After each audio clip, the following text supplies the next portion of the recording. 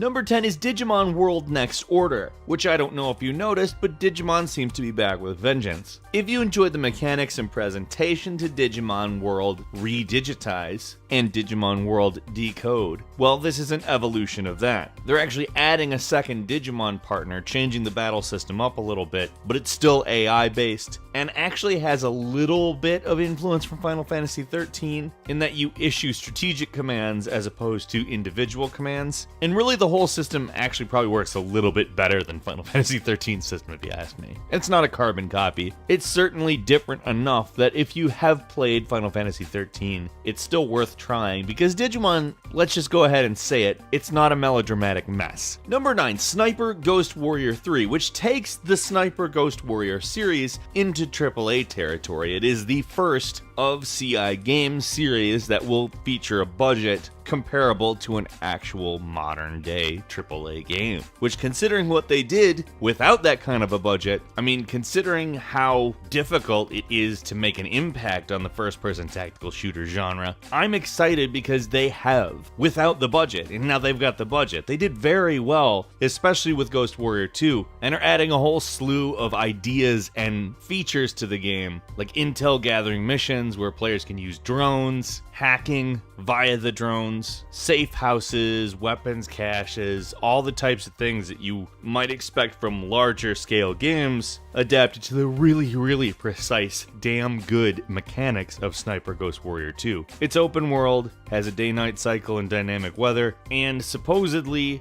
there's actual tactical integration to the time of day and what kind of weather you're experiencing, which is very good. Essentially, it's shaping up to be a very interesting game that I suspect is probably going to be bigger than either of the previous titles. Number 8, Kingdom Hearts HD 2.8 Final Chapter Prologue, which is a collection of 3 games, including Kingdom Hearts Dream Drop Distance HD, Kingdom Hearts 0.2 Birth by Sleep, A Fragmentary Passage, and Kingdom Hearts X Back Cover. Kingdom Hearts is a little bit tough to keep track of exactly what's going on because there's about a billion different games at this point, but the mechanics in a Kingdom Hearts game are pretty much unrivaled by anything other than Final Fantasy 15 now. I mean, let's be honest, Final Fantasy 15 is fantastic, but the ideas that sculpted that game came from the Kingdom Hearts series, and it's really hard to say, hey, there's no good reason to buy an HD version of 3 Kingdom Hearts games. Seriously. Number 7 is Yakuza 0, which, if you like the Sega version of Grand Theft Auto, why wouldn't you want another one? Sega's continually made what kind of seemed like a big ripoff at first into a world-class series, and Yakuza 0 looks to be the one that is the biggest benefactor of all that work. It's gradually come into its own, and what Yakuza 0 brings to the table is a new battle system that allows you to switch between different fighting styles in the middle of the battles, which is cool. Yakuza always does battling pretty well, and knowing that they've improved upon it, I'm excited. This one takes place in 1988 and acts as a prequel to the entire Yakuza series, so in some respects it could even be a reboot depending on what they do next. It took a long time to localize this game, but we're ready.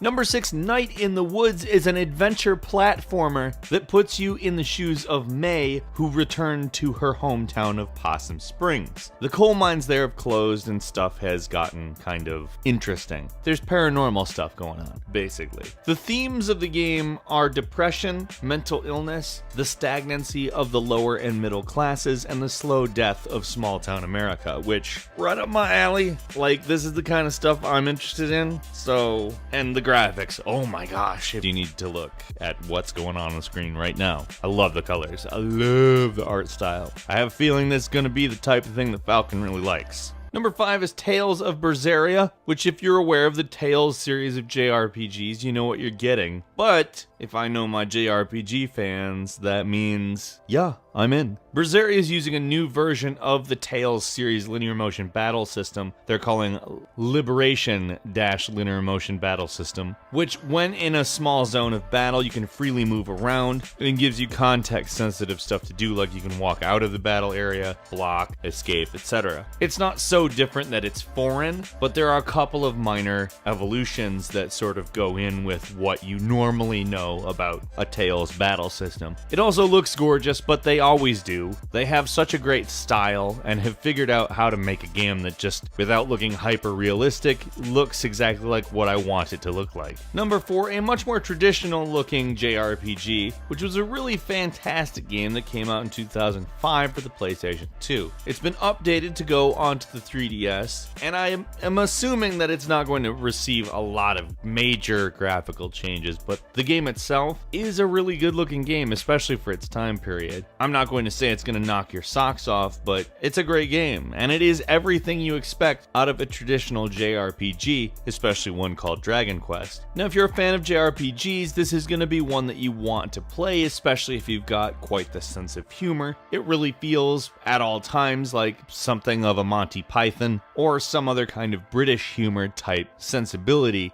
built into a phenomenal JRPG. Number 3 is Hitman: The Complete First Season, which is all of the episodes 1 through 6 of the episodic Hitman game that came out over the course of 2016. And if you played these games, they are, in my opinion, probably the definitive Hitman experience. I really enjoyed the hell out of the new Hitman games, or game, I guess. And it gives you quite a bit of content too. It's most certainly worth the amount of money that they're doing to give you the entirety of it. The physical disc includes all of the content, including the 6 episodes and any of the bonus content released. And just gonna go ahead and say this, it's great. Like, if you like any Hitman game, play this. It's exactly what it should be. Number 2 is Gravity Rush 2, which takes all the mechanics of the first game and does some serious expansion on it. There's now 3 different gravity styles so that you can manipulate how your character is moving much more different, presumably to deal with more situations. And the game itself is going to be about 3 times as long as the original game. On top of that, the map is 2.5 times larger than the original map. It's a direct sequel. It's picking up right where it left off. And if you enjoyed how unique Gravity Rush is, especially in a sea of other games like it, purporting to be unique, but not really giving you a mechanic that sets it apart, I would say this is a very exciting development, and I cannot wait to play it. And finally, number 1, which seems to be one of the more exciting releases to be happening over the next long while, not just in January. Resident Evil 7 Biohazard is kind of flipping the formula upside down and attempting to make Resident Evil fresh, but not in a Resident Evil 6 fresh way. Like, no. We've talked a lot about this. What makes Resident Evil 4 good, despite, in my opinion, not having great controls. What makes Resident Evil 1 through 3 good, despite, again, not having the best controls of all time. Is personality. And Resident Evil 7 Biohazard has put some personality on display. This is what has me excited for it. The family in the beginning hour teaser, and the woman in the lantern demo. There's just more character that's apparent in even these small glimpses of the game. Part of it, the beginning hour teaser, not even actually in the game. They just went out of their way to make something that was heavy on